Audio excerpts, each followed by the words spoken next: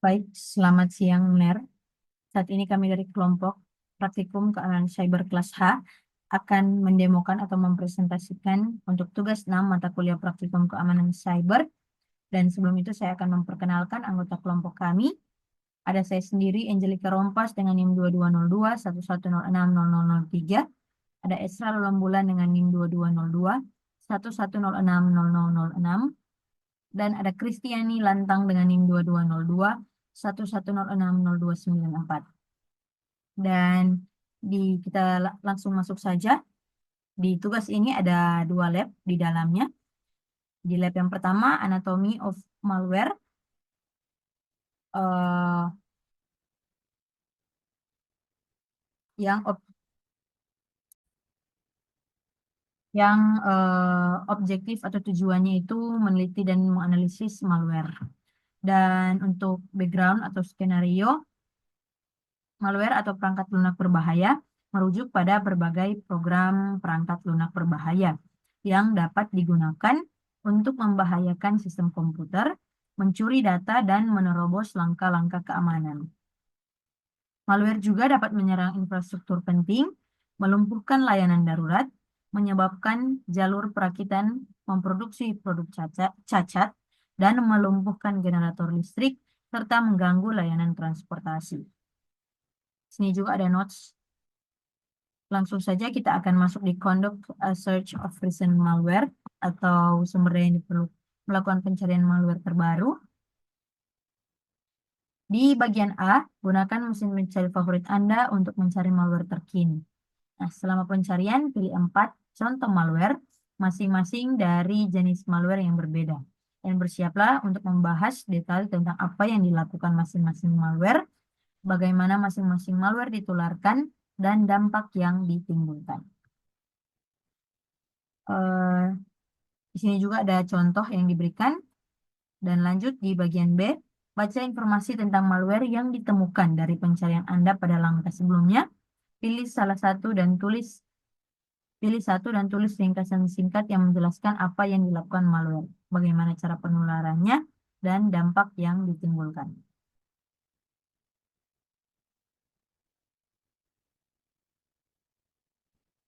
Di sini sudah saya masukkan. Untuk malware yang pertama ada jenis Trojan. Dan di sini Trojan jenis Remote Access Trojan atau RIT yang memungkinkan penyerang mengontrol komputer korban dari jarak jauh. Nah, malware ini dapat mencuri data, mengakses webcam, mencatat ketikan, dan menjalankan perintah sistem. Dan untuk cara penyebarannya, biasanya disebarkan melalui email phishing yang berisi tautan Dropbox. Nah, di mana tautan tersebut mengunduh file Python berbahaya. Dan untuk dampaknya, dapat menyebabkan kebocoran data pribadi, kerusakan sistem, serta potensi infeksi lanjutan dari malware lain. Yang kedua ada hoax atau virus hoax WhatsApp seperti FreeGive. Nah, apa yang dilakukan? Ini bukan malware dalam arti teknis, melainkan tipuan yang menyebar melalui pesan berantai di WhatsApp atau media sosial lainnya. Nah, di mana tipuan ini mengklaim bahwa pengguna bisa mendapatkan hadiah gratis. Nah, bagaimana cara penyebarannya? Yaitu melalui tautan palsu yang dibagikan secara viral. Nah, nantinya setelah diklik, korban diarahkan ke situs phishing atau diarahkan untuk mengunduh aplikasi mencurigakan. Dan untuk dampaknya, meskipun tidak selalu langsung merusak, namun hoax ini dapat menipu pengguna agar membocorkan data pribadi atau menginstal malware secara tidak sadar. Yang ketiga ada adware atau click fix. Nah, click fix adalah jenis adware yang menggunakan pop-up palsu untuk menggelabui pengguna. Biasanya menyamar sebagai captcha dan mengarahkan korban untuk menjalankan perintah berbahaya. Nah, cara penyebarannya yaitu melalui iklan pop-up atau situs yang tampak sah atau resmi dan meminta pengguna untuk menyalin dan menempelkan perintah tertentu di jendela run Windows. Dan untuk dampaknya dapat membuka akses jarak jauh ke sistem, menginstal software tambahan tanpa izin, atau mengarahkan ke situs phishing. Dan di bagian 4 ada exploit. Apa yang dilakukan? Ini adalah kerentanan pada sistem Windows, tepatnya pada driver command log file system, di mana eksploitasi celah ini memungkinkan penyerang mendapatkan hak akses sistem tertinggi.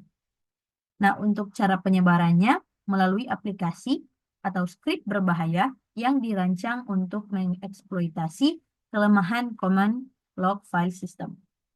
Dan untuk dampaknya dapat digunakan sebagai pintu masuk ransomware atau malware lain dan memungkinkan pengambil alihan penuh terhadap sistem yang disusupi.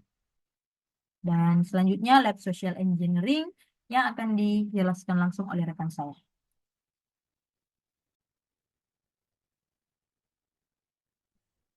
Baik, saat ini saya akan menjelaskan pada bagian lab social engineering, pada bagian objektif. Di sini ada research and identify social engineering attacks. Kemudian ada background atau skenario-nya, ada record resource, di mana di sini kita memerlukan PC atau mobile device dengan internet akses yang memadai. Kemudian pada bagian step yang kedua, di sini kita membaca artikel pada link ini, dan saya sedang membacanya sebelum ini. Jadi pada artikel ini, lewat artikelnya kita akan menjawab pertanyaan pada step ketiga, yaitu answer the following question. Pada bagian A, what are the three method used in social engineering to gain access to information? Jadi metode yang pertama itu ada phishing, di mana mengirim email atau pesan palsu yang seolah-olah berasal dari sumber terpercaya untuk mengelabui korban agar memberikan informasi sensitif seperti kata sandi atau data keuangan. Kemudian metode yang kedua ada phishing, di mana singkatan dari voice phishing yaitu penipuan melalui panggilan telepon, di mana penyerang berpura-pura menjadi pihak resmi, misalnya dari bank atau lembaga pemerintah, untuk mendapatkan informasi pribadi. Kemudian yang ketiga di sini ada smishing, yaitu penipuan melalui pesan teks atau SMS yang meminta korban untuk mengklik tautan berbahaya atau membocorkan data pribadi. Seringkali dengan dalih hadiah atau peringatan darurat. Kemudian pada bagian B, what are three examples of social engineering attacks from the first two method in step 2A? Jadi yang pertama ada email phishing yang menyamar sebagai bank. Email palsu yang tampak seperti berasal dari bank korban, menyatakan ada masalah dengan akun dan meminta korban mengklik tautan yang mengarah ke kedua. Di sini ada spear phishing terhadap eksekutif perusahaan, di mana email yang sangat ditargetkan dan dipersonalisasi dikirim ke pejabat tinggi perusahaan seolah-olah berasal dari rekan atau mitra terpercaya untuk mencuri informasi penting atau menyetujui transfer uang ilegal. Kemudian yang ketiga ada panggilan phishing dari dukungan teknis atau palsu, yaitu penyerangan menelpon, yaitu penyerang menelpon dan mengaku sebagai staf IT, lalu membujuk korban untuk memberikan username dan password atau menginstal perangkat lunak berbahaya dengan alasan memperbaiki masalah komputer. Sekian untuk pada bagian B ini, selanjutnya akan dijelaskan oleh teman saya.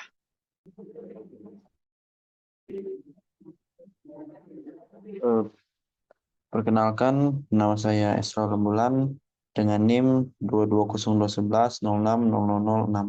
Saya akan mengerjakan lab social engineering bagian C, D, dan E. Langsung saja ke pertanyaan yang pertama, yaitu why is social networking social engineering trade? Jadi mengapa jejaring sosial merupakan ancaman rekayasa sosial? Jadi karena jejaring sosial biasanya mendorong orang untuk berbagi informasi pribadi beserta minat dan kebiasaan, seperti nama lengkap, tanggal lahir, kota asal, dan lain-lain. Bagian ke D, how can an organization defend itself from social engineering attack? Jadi, bagaimana organisasi dapat mempertahankan diri dari serangan rekayasa sosial. Jadi, organisasi dapat melakukan pembuatan dan pemanfaatan pelatihan kesadaran keamanan. The Science Institute which authored this article. Jadi apa itu Science Institute yang menulis artikel ini? Berdasarkan situs web https://www.science.org dan konten yang ditampilkan bahwa mereka adalah penyedia pelatihan dan sertifikasi keamanan informasi. Baik, terima kasih. Sekian dari presentasi saya dan kelompok saya, dan terima kasih.